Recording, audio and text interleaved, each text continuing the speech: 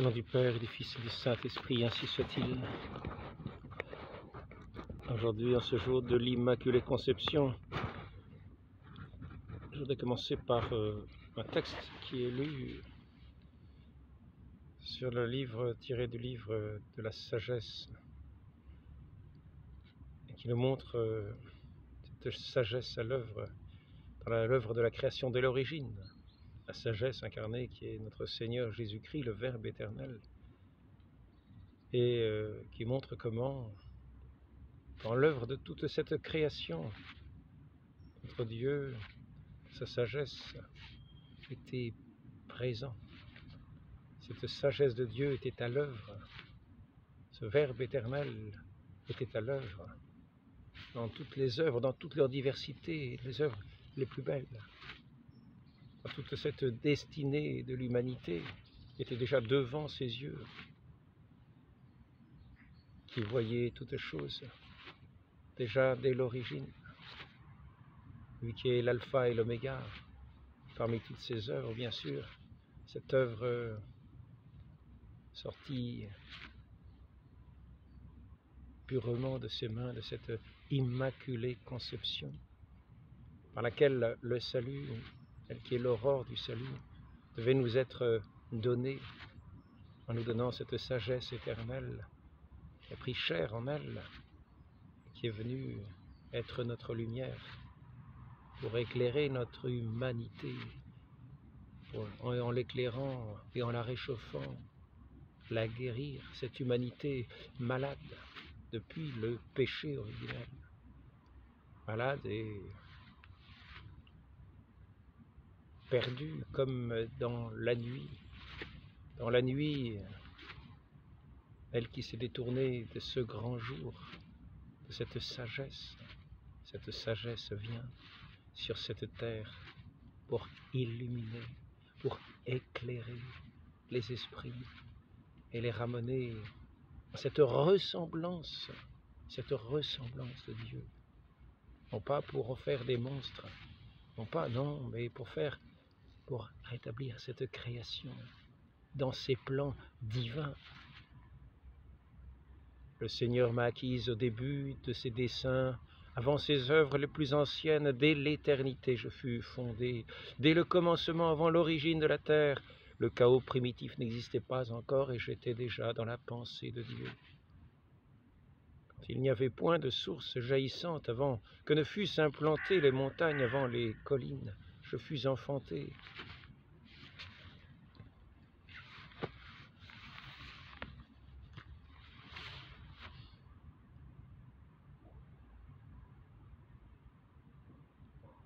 C'est par cette parole que tout a été fait. Cette parole qui est engendrée éternellement du Père. Cette parole qui est cette connaissance du Père qui se connaît d'un seul regard, d'un seul acte de connaissance. Et dans cette connaissance qui procède cet amour. Il nous faut, nous aussi, connaître notre Dieu, afin de l'aimer et le servir. Servir en ce monde. Lui qui est venu nous rétablir à son image. Non pas dans une création difforme, non pas dans une création qui se serait coupée de son Dieu et qui voudrait tronçonner cette image qu'il a créée au naturel. Dans cette création si naturelle, en même temps que si surnaturelle, car divine création sortie des mains de Dieu, non pas Dieu, cette création, mais telle qu'il l'a voulu, dans sa sagesse infinie. Et nous détournant de Dieu, nous voulons prendre toujours ce visage difforme, qui s'est éloigné de sa volonté, de sa lumière, de sa sagesse, et gisant dans les ténèbres, loin de cette douce chaleur de Dieu, nous faisons nos petits feux, nos petits bivouacs dans les ténèbres de cette nuit obscure, sans espoir de lumière. Et nous voulons faire nos affaires loin des volontés, loin de la volonté de ce Dieu si bon, loin de cette sagesse infinie.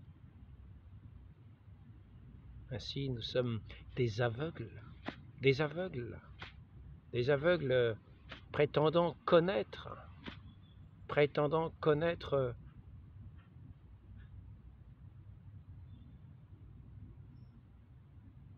par des sciences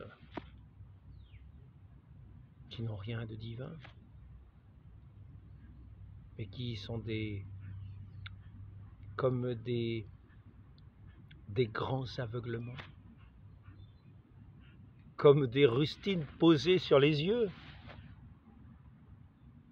qui s'imaginent voir, qui, ce faisant, n'ont plus aucune lumière, qui se vantent de leur science, qui veulent bâtir un monde plus sage que la sagesse de Dieu, eux qui sont aveugles, eux qui se sont coupés de la vraie sagesse, de la bonté, de l'amour même, de cette grâce divine,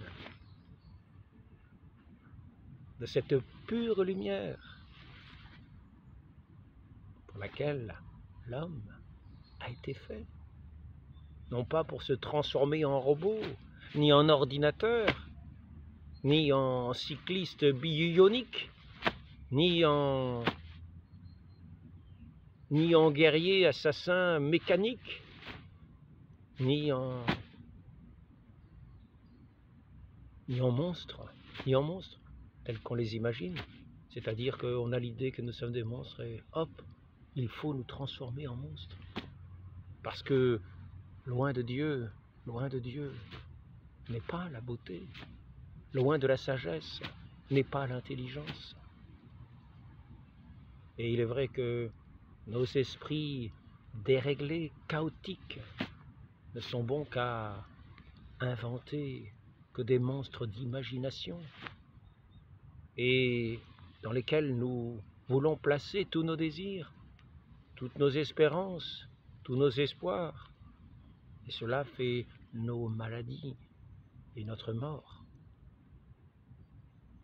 Ainsi, il est vrai que l'autre jour, j'ai pu rencontrer ce jeune qui était totalement perdu, qui dans cette nouveauté de la République sans Dieu, de la liberté de ces enfants de la République, s'imagine qu'ils sont coupés de la création, qu'ils sont coupés de la nature, et qu'ils peuvent être ce qu'ils s'imaginent être.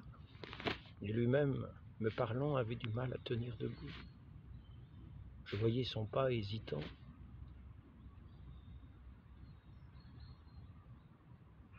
Sous l'effet peut-être d'une drogue, pour donner une impression d'humanité, une impression de vie, une impression d'amour, une impression d'un sentiment de quelque chose, mais qui n'est que une pâle, une très pâle.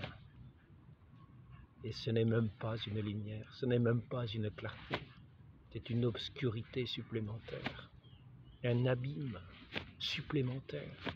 Après un abîme, un autre abîme. Après un abîme, un autre abîme. Comme disait Victor Hugo en parlant de la retraite de Russie, après une plaine blanche, une autre plaine blanche, et il neigeait. Mais ici, ce sont des plaines obscures, des abîmes infinis d'obscurité, dans lesquels l'humanité veut recréer une humanité nouvelle, loin de la vérité, dans une illusion, dans des illusions où les désirs déconnectés de toute vérité voudraient s'attacher non pas à son Dieu, de tout son cœur, de toute son âme, de tout son esprit, de toute sa force, celui qui nous a créés, qui nous a fait pour lui à ressembler dans cette liberté véritable des enfants de Dieu, qui respecte notre être, tel qu'il nous a créés, tel qu'il nous a voulu. Il nous a fait à sa ressemblance, à son image et à sa ressemblance. Essayons d'ouvrir les yeux à sa lumière.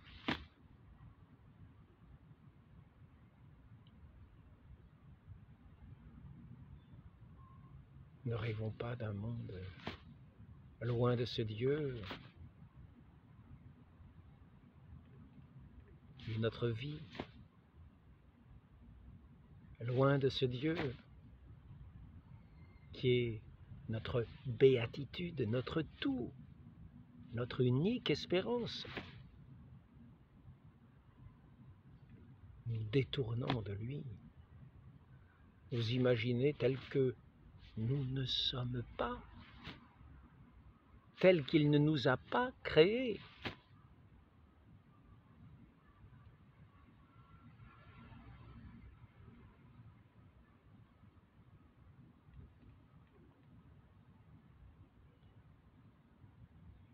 La création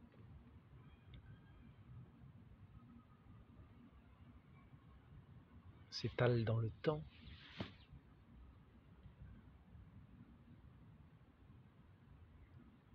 Sous la main providentielle de son Dieu, qui agit en toutes choses et qui attend de nous, vis-à-vis de lui,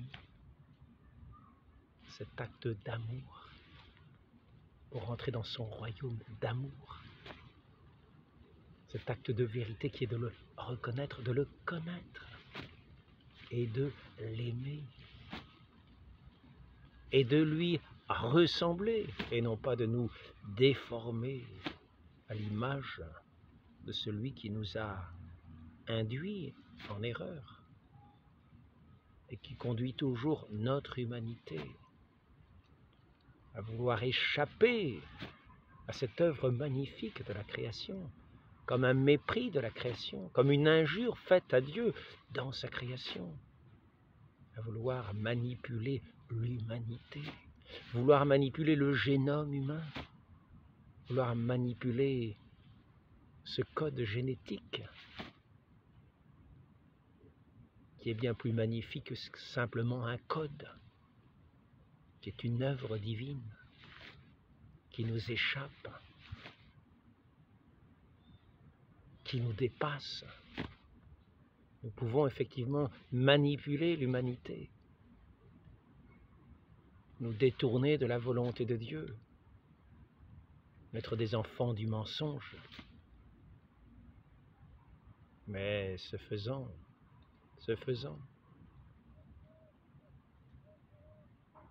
nous n'arriverons jamais à cette lumière pour laquelle nous sommes faits. Sous les mains de cette sagesse, à la parole de cette sagesse éternelle, qui dès l'origine, dès le premier instant de la création, connaissait l'alpha et l'oméga de toutes choses, nous qui passerons sous ce jugement de Dieu, dans le respect de son œuvre, devant le respect de son œuvre, non pas la manière dont nous nous sommes détournés de lui, dont nous avons fui sa volonté, dont nous avons fui son amour, dont nous avons fui sa lumière,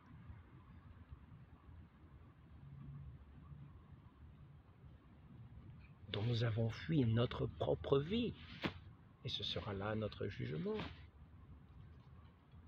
Vous avez voulu être des robots, vous avez méconnu le fait d'être une femme telle que je vous avais faite, d'être un homme tel que je vous avais créé avec un nom propre, l'image de mon fils, rené à la suite de ce péché originel que vous avez abîmé pour renaître nouveau, sorti de cette eau resplendissant de sainteté, de beauté, d'éclat, non pas forcément de cet éclat physique qui plaît au regard du monde, mais de cette grâce de Dieu qui sait plaire à Dieu et finalement dans cette communion des saints, qui a ce regard de vérité, illuminé, éclairé, et regarde cette humanité sauvée, voyant tous ces traits de cette grâce divine, agissant en chacun, se réjouissant de chaque œuvre, de cet amour divin qui nous comble de sa douceur ineffable. Ne nous égarons pas, ne cherchons pas une identité qui n'est pas la nôtre, cherchons notre identité véritable. Retournons à nos racines véritables. Qui sommes-nous? Est-ce que c'est moi qui me crée de mes propres mains? Non. Est-ce que j'ai claqué des mains pour apparaître au grand jour? Non. Par contre, il est vrai, je participe à cette œuvre divine par ma volonté qui adhère à la volonté de mon Dieu, qui me rend présent à son œuvre et qui me donnera, en participant à cette œuvre divine, qui me fera d'une certaine manière mériter cette gloire qu'il me donnera. Cette pure gloire qui est un don, il me la fera mériter par mon acquiescement à son œuvre. Et autant j'acquiescerai à son œuvre, en toutes choses, autant cette gloire céleste et éternelle sera rayonnante dans l'éternité, et bien plus belle que tous les ordinateurs, bien plus belle que tous ces gadgets qui pourraient constituer un bras électronique, bio-ionique et tout ce que l'on veut ici-bas, une fausse toute-puissance, une puissance mécanique qui serait bien prête de finir dans un tas d'ordures, qui n'aurait même plus l'air d'humanité. Restons hommes, restons femmes, tels que Dieu nous a créés dans sa sagesse si merveilleuse, si aimable, si aimante, si lumineuse, si puissante. Tous nos petits efforts, à côté de cette sagesse, sont impuissants, sont vains. Notre Dieu nous a créés pour être dans l'humanité,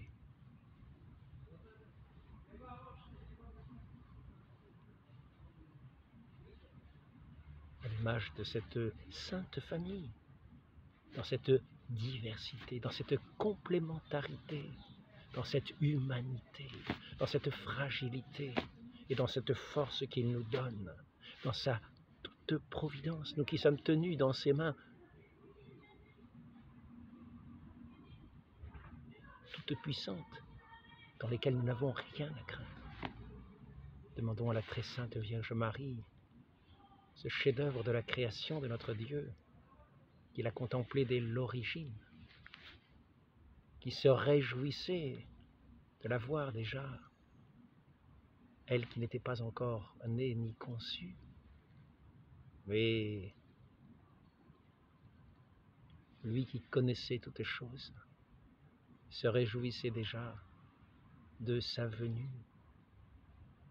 et de ce plan divin si merveilleux pour régénérer cette humanité nouvelle, faire cette humanité nouvelle, de cette humanité qui était tombée dans les abîmes, pour avoir abusé de sa liberté, au point de méconnaître son Dieu, de méconnaître la vérité. Demandons à cette Sainte Mère de nous accorder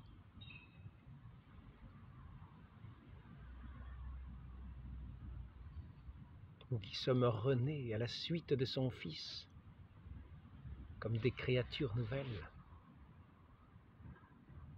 d'entrer de plus en plus dans cette contemplation dans cet amour de ce Dieu qui sera notre tout, lorsque nous le verrons face à face, dans son infini, dans sa sagesse si aimable, si merveilleuse. Et nous la verrons, elle, cette créature conçue sans péché, toute rayonnante de la grâce divine, cette mère de l'humanité nouvelle. Et cette action de grâce que nous pourrons lancer au ciel, à notre Dieu, vaudra toutes les fausses espérances et les dépassera infiniment, loin de tous ces mensonges d'ici-bas, par ce Christ qui a triomphé du monde, qui a vaincu le monde, par son amour dont il a pour nous, pour son Père, dont il est venu témoigner jusqu'à mourir sur une croix,